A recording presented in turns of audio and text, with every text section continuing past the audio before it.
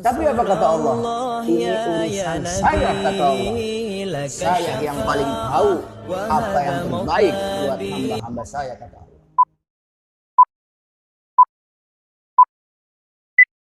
Suatu ketika ada seorang miskin mendatangi Nabi Allah Musa alaihissalam. Orang miskin ini mengadu kepada Nabi Allah Musa alaihissalam dan berkata, "Wahai Nabi Allah, tolong doakan aku agar kehidupanku berubah menjadi orang kaya. Aku sudah bosan dengan kemiskinanku." Sambil tersenyum, Nabi Allah Musa alaihissalam berkata kepada orang miskin itu, "Kalau Bapak ingin kehidupan Bapak berubah, maka kuncinya hanya satu, Bapak harus banyak bersyukur kepada Allah Subhanahu wa Ta'ala." Mendapat jawaban seperti itu, orang miskin ini malah kesal. Kemudian berkata, "Bagaimana aku bisa bersyukur kepada Allah? Wahai Nabi, sedangkan kehidupanku begini sulit. Sedangkan kehidupanku amat sengsara. Untuk makan saja aku sulit. Bagaimana mungkin aku bisa bersyukur kepada Allah?" Akhirnya orang miskin itu pun pergi meninggalkan Nabi Allah Musa alaihissalam dengan perasaan yang kesal. Di lain waktu datanglah seorang yang kaya menghadap Nabi Allah Musa alaihissalam. Orang kaya ini berkata kepada Nabi Allah Musa alaihissalam, "Wahai Nabi Allah Musa, tolong doakan aku agar aku dijadikan orang miskin saja. Sebab kadang-kadang harta kekayaanku membuat aku lalai. Kesibukanku membuat aku lupa kepada Allah Subhanahu wa Ta'ala." Nabi Allah Musa alaihissalam pun tersenyum. "Kalau Bapak ingin menjadi orang miskin, syaratnya gampang. Jangan pernah Bapak bersyukur kepada Allah Subhanahu wa Ta'ala." Lantas orang kaya ini pun menjawab, "Tidak bisa wahai Nabi Allah. Bagaimana mungkin aku tidak bersyukur kepada Allah? Sedangkan Allah sudah begitu banyak memberikan kesenangan, kenikmatan, kebahagiaan kepada aku dan keluargaku." Singkat cerita, bulan berganti bulan, tahun berganti tahun. Ternyata keadaan orang miskin yang waktu itu menghadap Nabi Musa, keadaannya semakin memprihatinkan. Keadaannya semakin miskin, hidupnya semakin susah. Dan sebaliknya, orang kaya yang ingin menjadi miskin justru bertambah kaya raya, kehidupannya bertambah berkah, usahanya bertambah maju. Ibadallah, Bapak Ibu yang dimuliakan Allah, dari kisah ini kita bisa memetik hikmah bahwa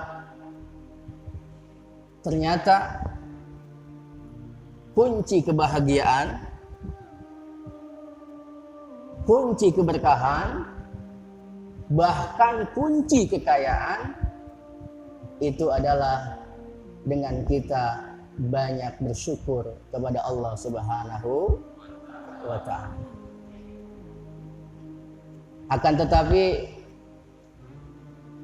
syukur ini kadang-kadang sangat mudah diucapkan tapi sangat amat sulit untuk dipraktekkan. Karenanya wajar kalau kemudian Allah Subhanahu wa Ta'ala menyinggung kita Kata Allah, wa qalilum min ibadiyasy syakur. Sangat sedikit sekali hamba-hambaku yang mampu dan pandai bersyukur. Kenapa kita sulit untuk bersyukur? Jawabannya karena kita itu kadang-kadang suka suudzon sama Allah, suka buruk sangka sama Allah. Sering kita lihat dalam kehidupan sehari-hari, kadang-kadang kita ini lebih jago, lebih pandai, lebih lihai menghitung jumlah nikmat yang ada di orang ketimbang mensyukuri nikmat yang sudah Allah berikan kepada kita. Kita itu paling pandai, paling jago ngitung nikmat orang ketimbang mensyukuri nikmat yang sudah ada dalam diri kita.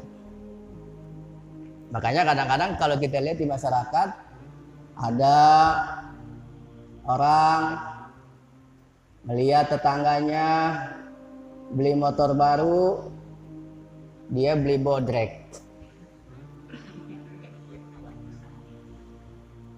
Besok dia dengar tetangganya masuk dealer mau ngambil mobil baru, dia masuk IGD, masuk rumah sakit. Di rumah sakit dia ngedengar tetangganya beli kontrakan 5 pintu, pingsan tuh orang.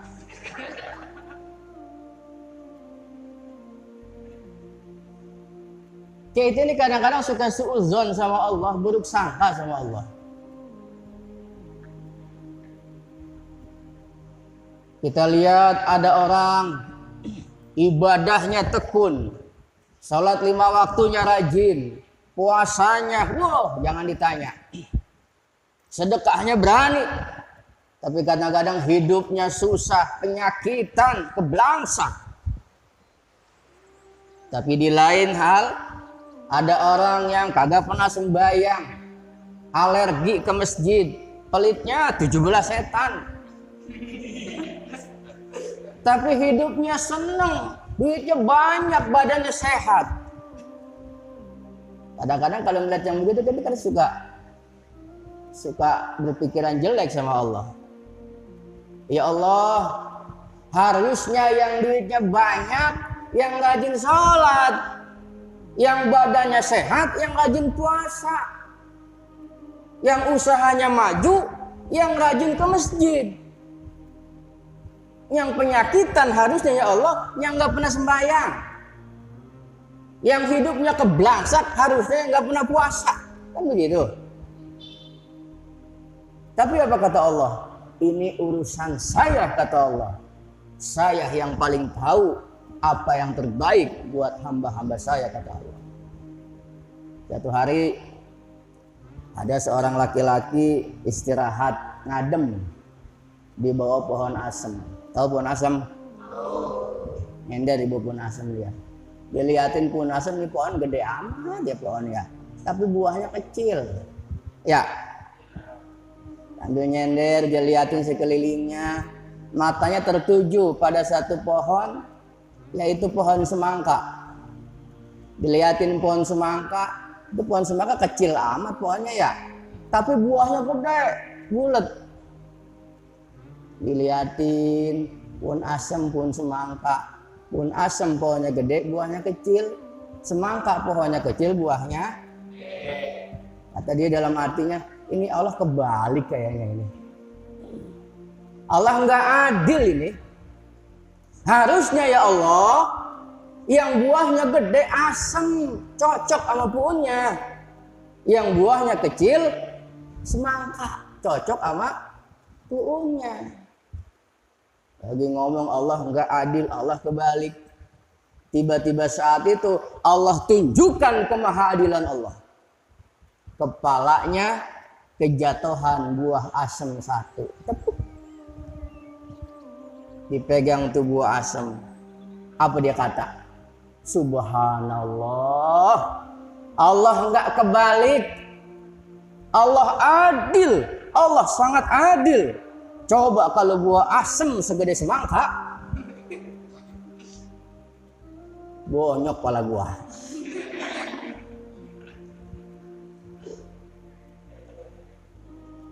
Ibadallah yang dimuliakan Allah, di dalam kitab Ihya Ulumuddin, Imam Abi Hamid Muhammad bin Muhammad Al-Ghazali mengisahkan bahwa suatu hari ada seorang laki-laki menghadap ke rumah kiai. Laki-laki ini curhat kepada Pak Kiai. Kata laki-laki tersebut, "Pak Kiai, saya pengen curhat." "Silakan, Pak." "Kenapa, Pak?" "Begini, Pak Kiai. Kalau saya pikir-pikir, rasa-rasanya Allah nggak adil sama hidup saya." "Kok bisa begitu, Pak?" "Iya. Saya lihat teman-teman saya sekarang udah pada punya rumah. Udah ada yang punya mobil. Hidupnya pada sukses, pada senang. Sementara saya, Pak Kiai, dari muda sampai sekarang ngontrak nggak berhenti-berhenti. Kerjaan lontang-lantung. Hidup saya susah sampai sekarang, Kiai. Jadi bagaimana?" "Ya bagaimana ini? Allah nggak adil sama saya." "Oh begitu, ya sudah. Bapak tunggu sebentar." Pak Kiai tidak menjawab pertanyaan orang tersebut, masuk ke dalam rumah. Nggak lama datang lagi bawa koper. Isinya apa? Duit. Oh dihitung ada lah 500 juta atau 1 miliar. Pernah ngeliat duit sekoper? Hah? Payah bener. Belum pernah? Sama.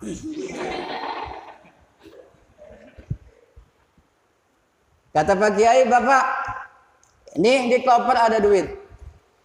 Duit semua. Ya kalau dihitung adalah 500 juta. Ini ambil buat Bapak. Jangan bercanda, Pak Kiai. Serius. Halal, halal. Buat saya, buat Bapak. Cuman syaratnya satu, Pak." "Apa, Pak Kiai?" "Kaki Bapak satu saya potong." "Mau?" Bengong tuh bapak-bapak, lantas ngodeg. "Enggak mau, Pak Kiai." "Saya tambahin sekoper lagi tuh duit buat Bapak. Cuman syaratnya satu, mata Bapak yang sebelah saya congkel." "Mau?" Godek lagi dia. "Agak mau, Pak Kiai." Artinya apa? Kita ini kaya sebetulnya. Nikmat Allah yang ada di badan kita ini, kalau kita hitung-hitung harganya miliaran. Nggak pantas kalau kita ngaku susah.